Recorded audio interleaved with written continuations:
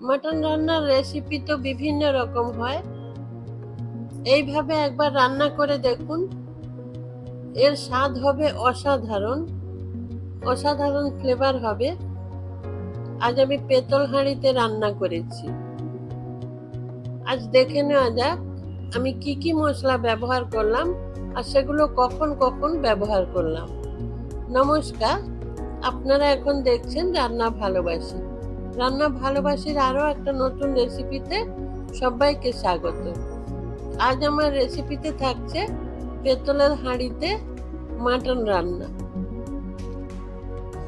উনুনে হাঁড়ি বসিয়ে দেব, দিয়ে হাঁড়ি গরম করে নেব। গরম হয়ে গেলে তারপর সর্ষের তেল ব্যবহার করব। সর্ষের তেল দিয়ে দিলাম, তেল গরম করে নেব। তারপর এখানে আর আমি কোনো ফোড়ন ব্যবহার করব না, সরাসরি কুচনো পেঁয়াজ দিয়ে দেব। এখানে 200 গ্রাম পেঁয়াজ খুব ছোট ছোট করে কেটে নিয়েছি। পেঁয়াজটা এইভাবে ছোট ছোট করেই কেটে নেবেন। তারপর তেলের মধ্যে দিয়ে ভালো করে পেঁয়াজটা ভেজে নিতে হবে। একটু সময় নিয়ে পেঁয়াজটা ভালো করে ভেজে নেব, কিন্তু খুব বেশি লাল করব না, বেশি লাল করে ভাজবো না। হালকা ব্রাউন রং এলে তারপর অন্যান্য উপকরণ দিয়ে দেব। এদিকে একটা বাটিতে 100 গ্রাম দই নিয়েছি। দইয়ের মধ্যে 1 চামচ জিরে গুঁড়ো, 1 চামচ ধনে গুঁড়ো, 1 চামচ লঙ্কা গুঁড়ো আর 1 চামচ হলুদ গুঁড়ো দিয়ে এটা ভালো করে মিশিয়ে রেখে দেব। কিছুক্ষণের জন্য এটা রেখে দেব। এখন আমি এই মশলাটা ব্যবহার করব না, এটা পরে ব্যবহার করব। পেঁয়াজটা এখন ভালো করে ভেজে নিতে হবে। তারপর পেঁয়াজ ভাজা হয়ে গেলে পেঁয়াজের মধ্যে 2খানা টমেটো ছোট ছোট করে কেটে রেখেছি, ওটা দিয়ে দেব। আপনারা যারা আমার ভিডিওটা দেখতে শুরু করেছেন, প্লিজ একটা লাইক দিয়ে দিন, আর লাইক দিয়ে ভিডিওটা কন্টিনিউ করুন। টমেটো দিয়েছি, এখন একটু ঢেকে রান্না করে নেব। ঢেকে দিয়েছিলাম, এখন আবারও একবার ভালো করে নাড়াচাড়া করব। এখন এখানে আমি আর কোনো মশলা ব্যবহার করব না, এখন সরাসরি এতে মাংস দিয়ে দেব। দিয়ে এটা বারে বারে নাড়াচাড়া করব, আবার ঢেকে দেব, আবার নাড়াচাড়া করব। এইভাবে বারবার ঢেকে রান্না করতে হবে।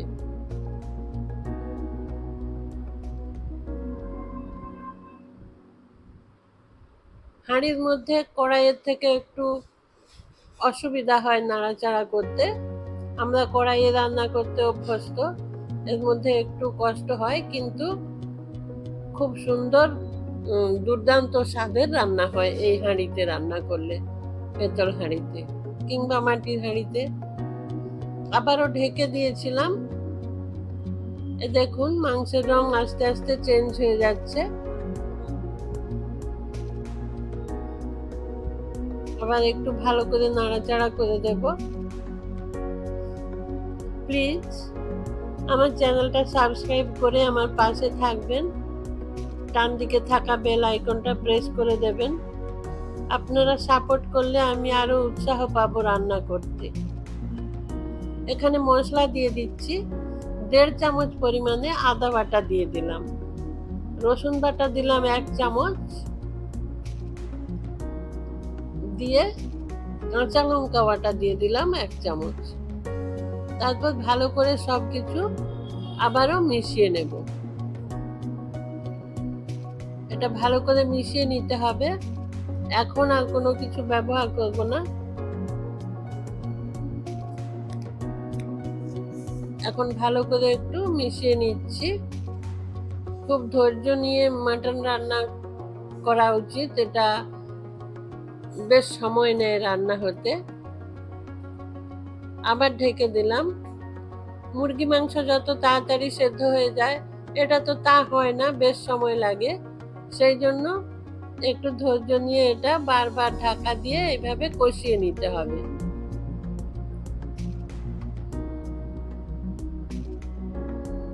আবারও ভালো করে নাড়াচাড়া করে দিলাম। এখন ওই যে দইয়ের সাথে মশলাগুলো মিশিয়ে রেখেছিলাম ওটা দিয়ে দিলাম। ওটা বাটি ধুয়ে একটু জল দিয়ে দেব, অল্প একটু জল দেব। এখন নুন ব্যবহার করব না, মাংস থেকে জল বেরিয়ে তারপর যখন সেই জল কমে আসবে তারপরে নুন ব্যবহার করব।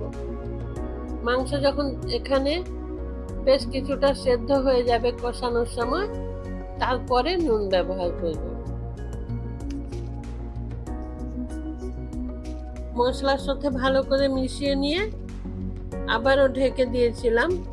এইভাবে বারবার ঢেকে রান্না করে নেবেন, তাতে মাংস খুব ভালো সেদ্ধ হবে। আবারও নাড়াচাড়া করে দিলাম। এখন কিছুটা ভাজা মশলা দিয়ে দিলাম, 1 চামচ দিয়েছি ভাজা মশলা। ভাজা মশলার মধ্যে আছে ধনে, জিরে, তেজপাতা আর গোটা শুকনো লঙ্কা আর একটু মৌরি। এগুলো শুকনো কড়াইতে হালকা করে ভেজে গুঁড়িয়ে রেখেছিলাম, ওটা দিলাম। এই যে দেখুন ধীরে ধীরে কত সুন্দর কষানো হয়ে যাচ্ছে আর মাংস থেকে আস্তে আস্তে তেল ছেড়ে আসছে।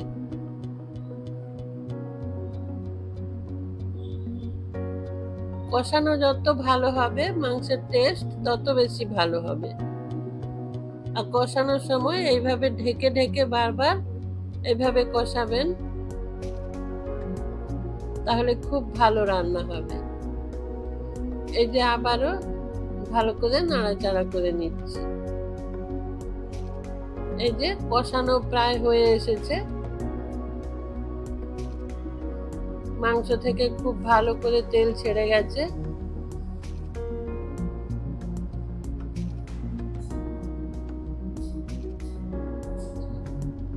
এখন এখানে নুন দিয়ে দেব, পরিমাণ মতো নুন দিয়ে দেব। নুনটা আপনারা টেস্ট করে নেবেন, টেস্ট করে লাগলে আবারও দেবেন।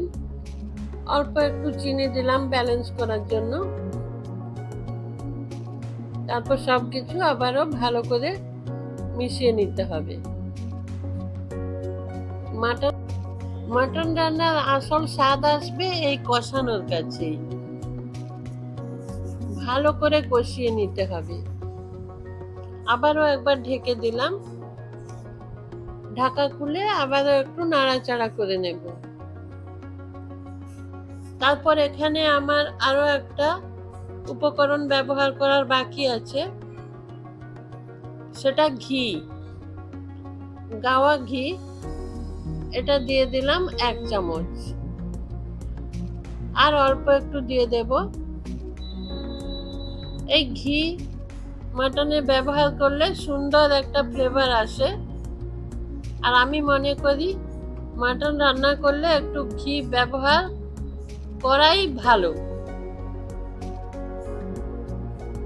তাতে সুন্দর হবে রেসিপি, সুন্দর টেস্ট হবে, ফ্লেভার হবে। একটু ঘি ব্যবহার করবেন। আবারও ঢেকে দিয়েছিলাম। মাংস কষানো হয়ে গেছে। এদিকে মাংস রান্না কমপ্লিট হতে যখন 10 মিনিট বাকি থাকবে, তখন আমি এই আলুটা ব্যবহার করব। আলু দিয়ে দেব তখন। এখন জল দিয়ে দিলাম, প্রয়োজন মতো জল দিয়ে দেবেন। বেশি ঝোল চাইলে একটু বেশি জল দেবেন, আর গ্রেভি একটু কম চাইলে একটু কম জল দেবেন। তবে এখানে একটু বেশি জলই দেবেন, কারণ এটা সেদ্ধ হতে সময় নেবে। জল দিয়ে সবকিছু মিশিয়ে নিয়েছি। এখন ঢেকে 30 মিনিট মিডিয়াম ফ্লেমে রান্না হতে দেব। 30 মিনিট পর এই যে মাংস মোটামুটি সেদ্ধ হয়ে গেছে। আরো 10 মিনিট পর রান্নাটা কমপ্লিট করব, সেই জন্য এখন আলু দিয়ে দিলাম। আলু দিয়ে আবারও একবার ঢেকে দেব। ঢেকে 10 মিনিট রান্না করে নেব।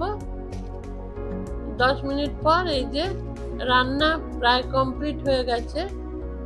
প্লিজ আমার চ্যানেলটা সাবস্ক্রাইব করে আমার পাশে থাকবেন। মাংস সুন্দর সেদ্ধ হয়ে গেছে। এখন এখানে গরম মশলা দিয়ে দেব। গরম মশলা দিয়ে কিছুক্ষণ ঢেকে স্ট্যান্ডিং টাইমে রাখবো, তাতে সব ফ্লেভারগুলো মিশে যাবে সুন্দরভাবে। তারপর আমি পরিবেশন করব। আমার সঙ্গে থাকার জন্য সবাইকে অসংখ্য অসংখ্য ধন্যবাদ, আমার আন্তরিক ধন্যবাদ। নমস্কার, ভালো থাকবেন সবাই, সুস্থ থাকবেন।